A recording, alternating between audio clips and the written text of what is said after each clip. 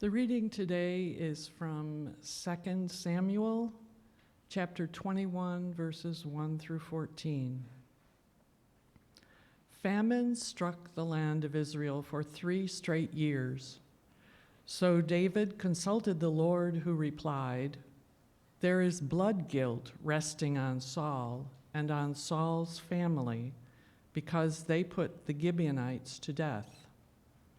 The Gibeonites were not Israelites, but a remnant of the Amorites, to whom the Israelites had bound themselves by oath.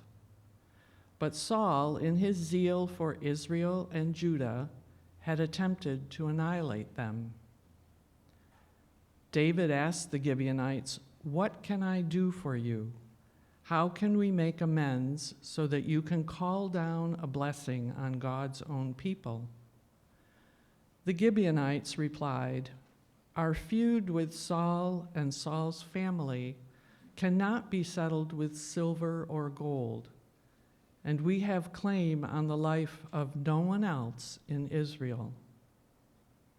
"Then what do you want me to do for you?" asked David. The Gibeonites answered, "As for the person who massacred us and planned to annihilate us so that we should no longer exist within the borders of Israel, hand over to us 7 of his male descendants to be executed.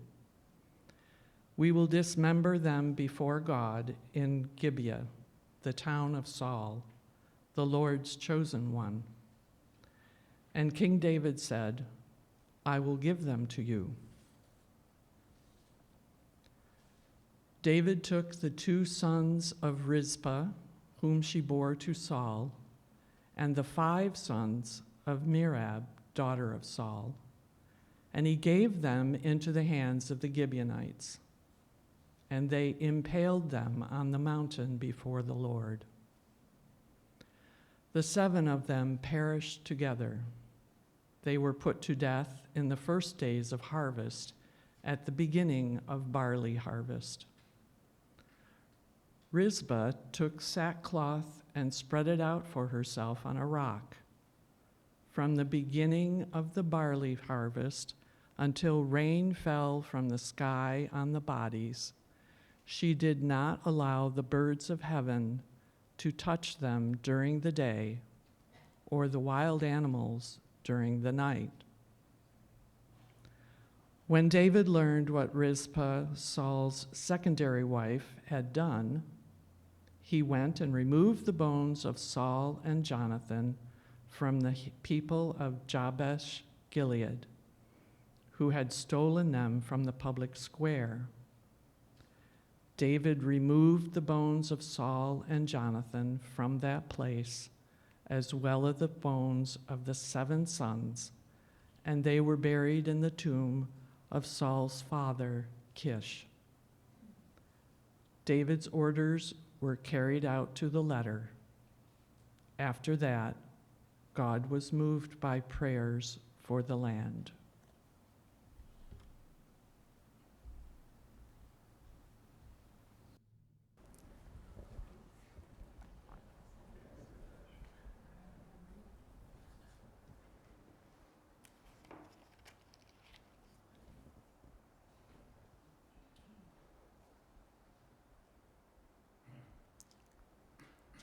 She was dying. Her family and friends filled the room, and as her last breath was taken, a cry went up with it, a wailing. A release of grief filled the air, and tears flooded each face. The chaplain walked into the room and didn't know what to do, so outside his comfort zone.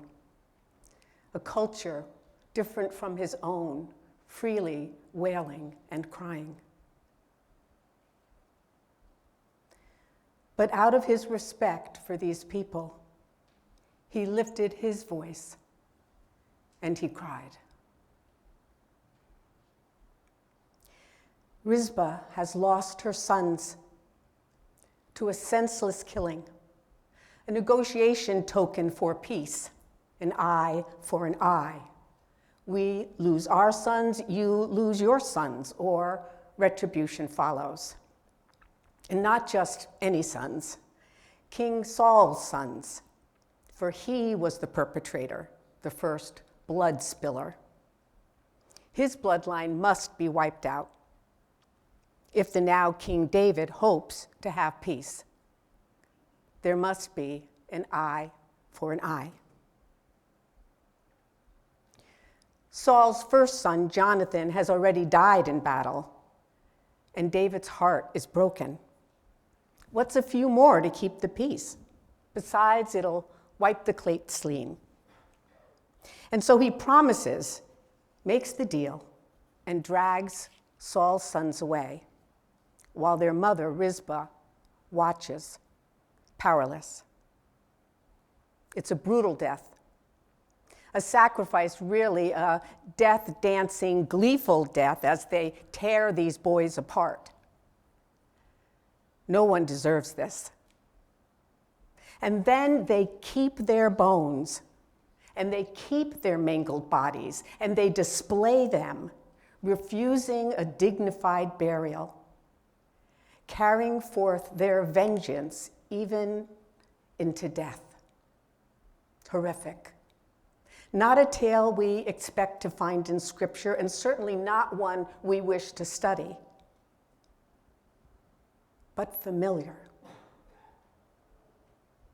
And perhaps that's why it disgusts us and makes us want to turn away.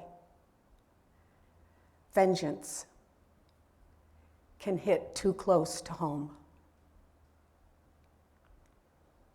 But who speaks for the dead? Who speaks for those shot down in the prime of their life or bombed into extinction? Who weeps when there is no one left to weep? Rizpah, who watches when all the others have forgotten. Rizpah, who refuses to leave the grounds where their blood has been spilled. Rizpah, who for over 6 months fights off all size of predator and scavengers from the bodies of these boys. Rizpah, sleeping, eating, toileting, protecting, and bearing witness. She stands for them because they cannot stand for themselves. Soldiers lost in war. Her children sacrificed in senseless violence, their lives wiped out for temporary peace. On the other side of town, David has gone on with his life. The deal is done, peace restored, and he can move on with his own rule. Prior king's mess cleaned up. Check. But word comes to him. Rizpah. Rizpah. Rizpah. Until David is called to a reckoning. Silence in the face of horrific violence is called into question in this story. Rizpah's grief is meant to unravel before us, just as we have witnessed grief in others, in unrelenting gun violence only increasing year by year, genocidal wars, and the steady increase of hateful thinking and hateful behaviors. We cry for a moment. Maybe we say a prayer. In the worst times, we offer a vigil, but mostly we remain silent until the next tragedy calls us from our peace. In the aftermath of 9/11, a Sikh woman named Valerie Carr experienced all the hate directed at the Muslims because she looked like them. She watched family members, neighbors, and community leaders violently killed and brutally attacked for no reason. In her book, See No Stranger, a memoir and manifest of revolutionary love, she speaks of her journey from silence to activism and the spirit of her ancestors. The legend says that in the year 1705, during a great battle against an oppressive and violent empire, 40 Sikh soldiers abandoned their post and returned to their villages. The village woman, Mai Bago, turned to them and said, "You will not abandon your fight. You will return to the fire, and I will lead you." So she donned a turban, she mounted a horse, and with a sword in her hand and fire in her eyes, she led them when no one else would. She became the one she had been waiting for. As the hatred of Muslims heightened after 9/11, Valerie Carr looked to her ancestors to guide her in protecting her people. In the story, the 40 deserters who followed Mai Bago all died in battle. They fought for a future they would never see. And they didn't know that they would be remembered or that their fight would make a difference. From their example, they were given the title warrior sage. The ones who fight, not in endless violence, not for power or greed, not for land or territory, but to right the world. Valerie Carr took the heart of this call and transformed it into a way of being in today's world, and she calls it revolutionary love. So what does it mean to be a warrior sage? To love with such ferocity that you will not stand down. Who will you fight for? What will you risk? It begins, she says, by finding the fight impulse in you. Think about what breaks your heart.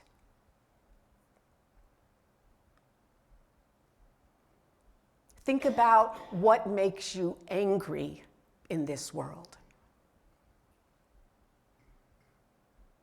Notice what it feels like to want to do something, to want to fight back. And honor that in yourself. Feel your jaw clench. Feel your pulse quicken. What cries out for solidarity? What howls for confrontation? What demands action? How can we channel that passion that we are now all feeling into something that delivers life instead of death? Love instead of hate? Why have we believed that nonviolence is non-action? Warrior sage energy helps us tap into love in action. It shows us what nonviolent action really is. It's fierce. It's strategic. It's demanding. And it's disciplined. We can use our rage to activate fierce, protective love.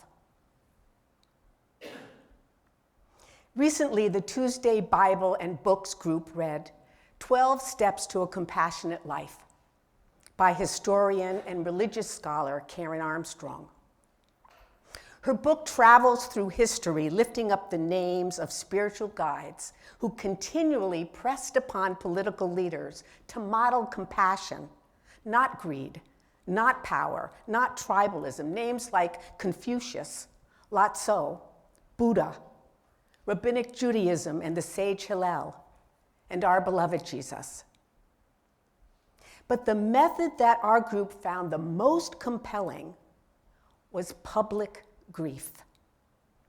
making room for and intentionally creating spaces for public display of grief. You see, the ancient Greeks had a uniquely tragic view of life. Each day on the festival of Dionysus, who was the god of transformation, the leading playwrights presented tragic plays, which every citizen was required to attend. It was both a spiritual and a civic exercise about putting suffering on stage. Each play compelled the audience to empathize with the men and the women who were struggling with impossible decisions and facing disastrous consequences. The people came to the plays to weep together, convinced that the sharing of grief strengthened the bond of citizenship. And it reminded each person that they were not alone in their personal sorrow. These poetic tragedies, they believed, educated the emotions and taught people how to experience them appropriately. Dr. Armstrong writes, as they watched the drama unfold, a small-minded person would see their own troubles in perspective. An arrogant person would learn to feel compassionate for the unfortunate. Purified, drained of their dangerous potential, these emotions could then be beneficial to the community. As they learned to identify with the suffering hero, the Greek audience found themselves weeping for people they might otherwise shun. When a critical mass of people come together to wonder about one another, to grieve with one another, and to suffer on behalf of one another, we begin to build the solidarity needed for collective liberation and transformation. A solidarity rooted in revolutionary love.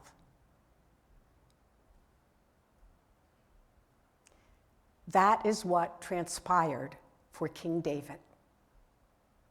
Rizpah's months and months of public grief, her refusal to leave the side of her dead sons, finally captures David's attention.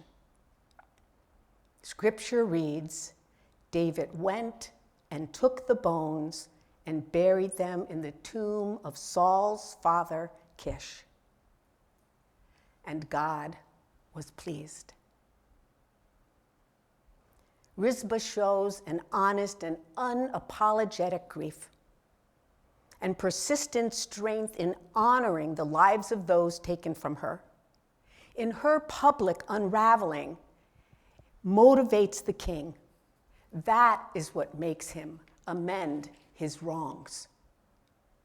Public displays of grief do not come easy to us.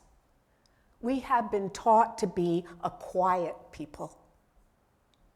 But perhaps the time has come where we can afford to be quiet no more.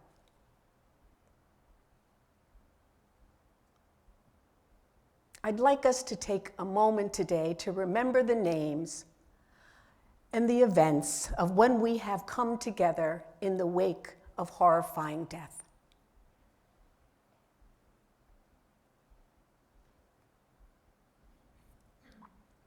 Columbine High School.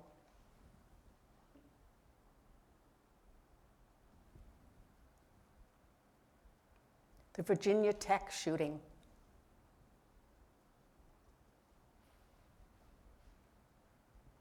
Sandy Hook Elementary.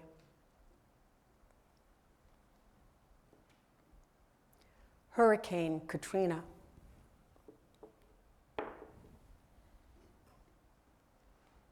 The Charlestown Church Massacre.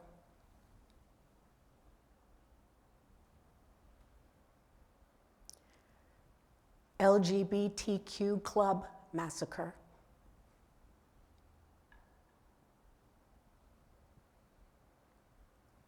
Tree of Life Synagogue.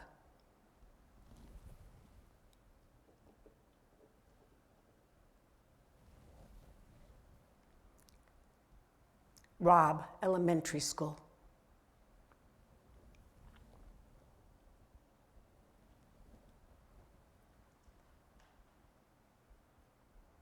And let us ask ourselves, how can we create more sacred containers? Not because we are driven to it, but because we choose it. We choose it as a way to help our communities release grief, build empathy, and heal wounds. Let us, the church, not abandon our post.